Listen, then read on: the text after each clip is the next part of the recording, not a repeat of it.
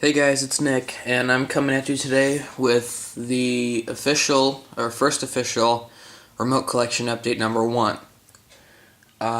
Basically what I'm going to do is I'm going to turn this into a series. I've shown everything in this drawer here, but I keep up with everything I've got, and I make a list, there it is, of all the stuff that I have, and if I've shown it or not. So I've shown everything in the first two videos, and basically I'm going to turn this into a playlist. If you're watching this right now, right after I uploaded it, it's not going to be in right now. It's on my list of things to do. But the first stuff I kind of went through really quickly. The updates are just going to be like 10 or 12 remotes, just small little bunches, and I'll go into a little bit more detail. So, a minute of me talking, let's get into the remotes. Let's see here. The first one I have is an older style Liftmaster 81LM. That's the number I put on there, just so I can keep track of them all.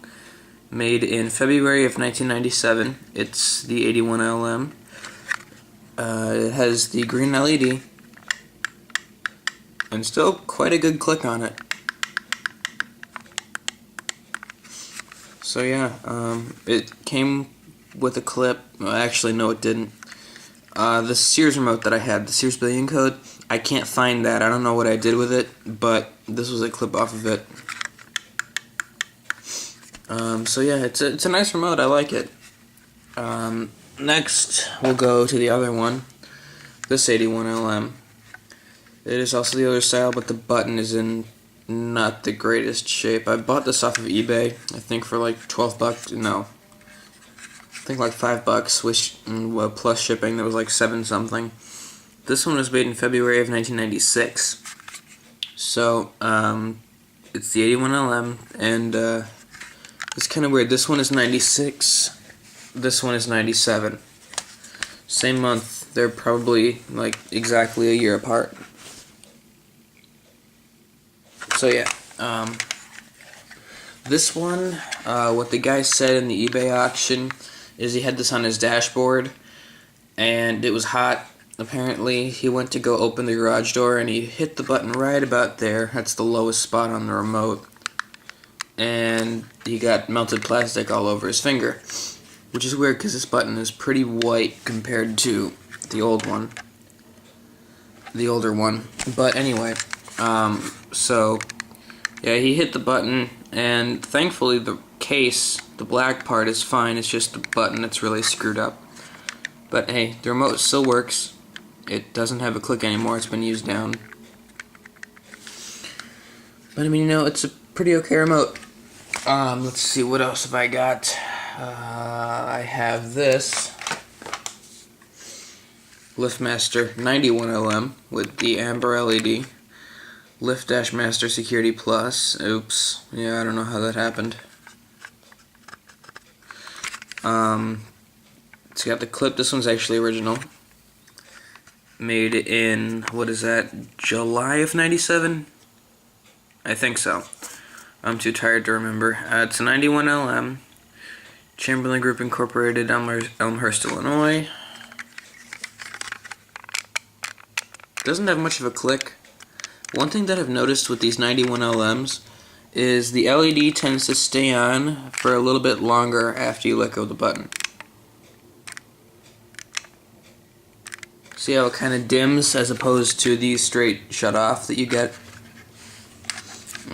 It's going to be hard to do this, but you see how it shuts off right away? With this, it kind of dims. You can see that, how it kind of just steps down. But this is cool because now I have the 91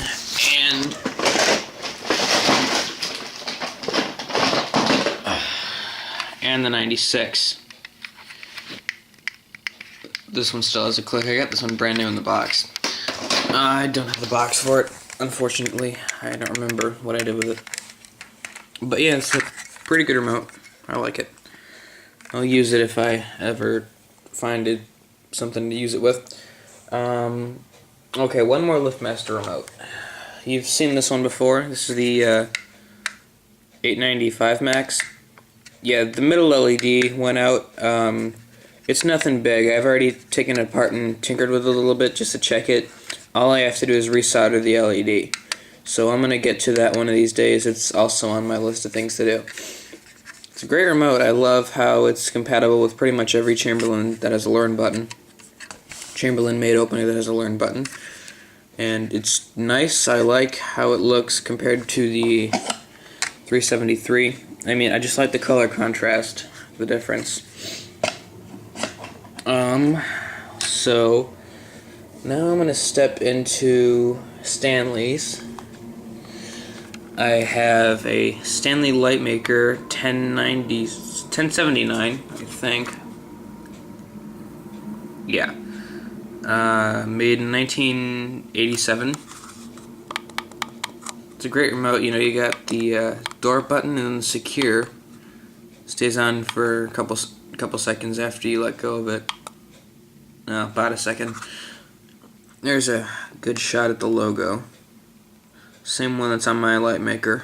Actual Stanley Lightmaker. Get you a good shot at the label there.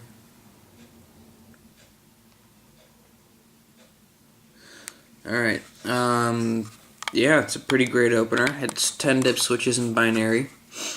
So yeah, next I have this remote. This is a 1082 Stanley. The original tag wasn't on there. I just found the model number on the internet and stuck a label on there so I didn't forget. But there's no click, it's just a little button inside that you push. And this does have dip switches. This remote actually came with my SD 350 screwdriver.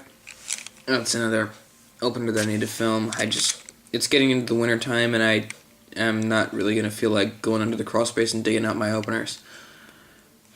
So yeah, I mean, it's a cool little remote. It's nice.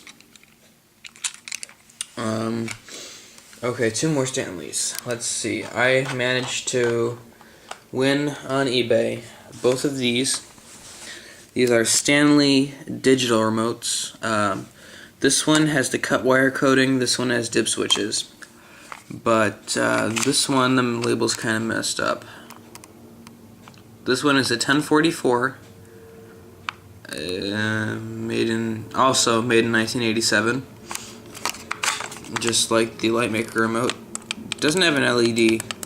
I think they should have made it have an LED, like right at the very top. Would have been kind of cool. I like how this fits in your hand. It's just like a nice little remote. Nice and slim, easy to hold. So yeah. Then this one here, the logo is missing. I don't know if that would have had Stanley or Digital like this one. This one has dip switches. It came later on. I think this was a 97 model. Oh, 95. Yeah, this one is a model 1100 on 310. These are both on 310, so they work with any Stanley receiver that has dip switches or cut wire coating. And yeah, it's a great. These are great little remotes. I love these things. I used these when I installed my brown Chamberlain in my garage temporarily. I still need to video that, but I had that installed just before I put the 3850 in, and I never got a chance to video it, so I'm gonna have to do that again. But I'm coming up on 9 minutes here, so I gotta kind of hustle. Oh wait, no I don't. I'm sure you guys are getting kind of bored though. So we'll move on to the one Sears remote that I got.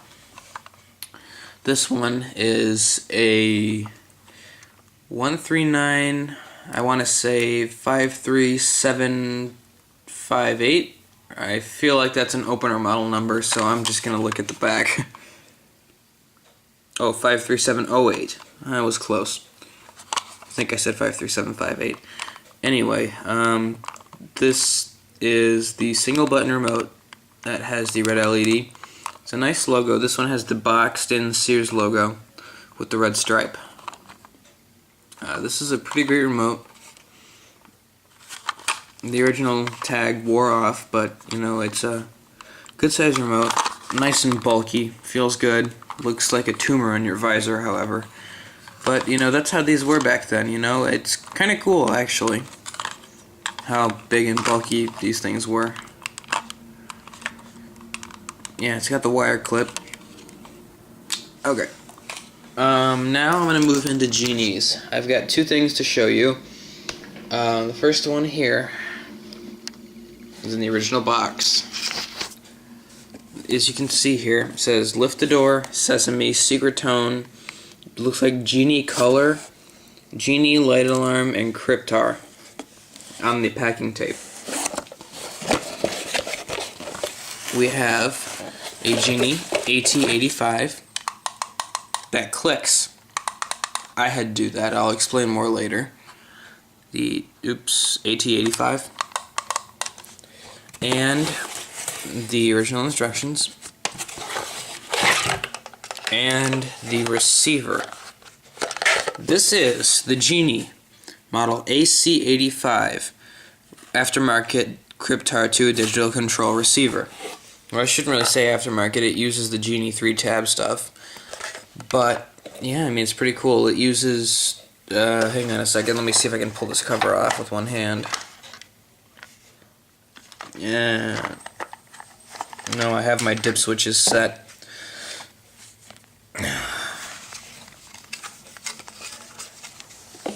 Okay, so there's the dip switches right under my thumb. And here's the board. Nothing much to it. But I want to get into the remote for right now because it was the bigger disaster. Now, this original set was from the 1980s, so let's just say 1980. This thing got put in someone's closet and had been sitting there for about 31 years. Now, these remotes came with a battery in it. This thing had severe battery damage. You can see all that crap that I couldn't get out and what was stuck in there. But the screw actually broke while I was trying to unscrew the casing.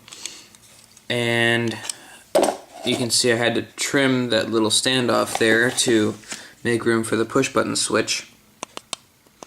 But when I went and hit the button, just the crap that was in the air and everything, it weakened this metal part. So I pushed it like a couple times and the reed snapped. So I didn't want that to happen again, and I figured, well, why not make it unique? So I put this button in there.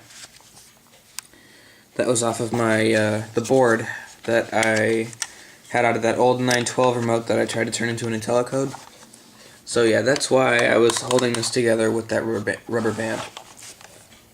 Let me just put this back on there real quick. And I'm running short on time. I think my account's enabled for 15-minute videos. Yeah. So, now here's the instructions. Genie installation instructions for Genie AC85 Cryptar 2 digital radio control. Blah blah blah. Lots of words. Now, the thing that I thought was kind of cool is they show the model 800 Genie screw drive. Liftmaster door guy showed this, other Nick. So yeah, that's just something I thought was kind of cool. I think it was a model 800. Anyway, I'll put this back together later. Next thing I want to show you guys is something I just got in today. Voila! Genie 1890 solid state transmitter. This was used, but somehow they still kept the original box. Okay. Here's the remote. I'm running really short on time. I got like 30 seconds left. So, yeah, something I thought was kind of weird. They say in the instructions here, I'm running short on time. Blah blah blah. In order that your Genie track drive garage door opener can be operated by blah blah blah. So they actually mentioned track drive. That's why I think this remote came with a track drive. So yeah, that's really why I thought that, and I gotta go, so see you later.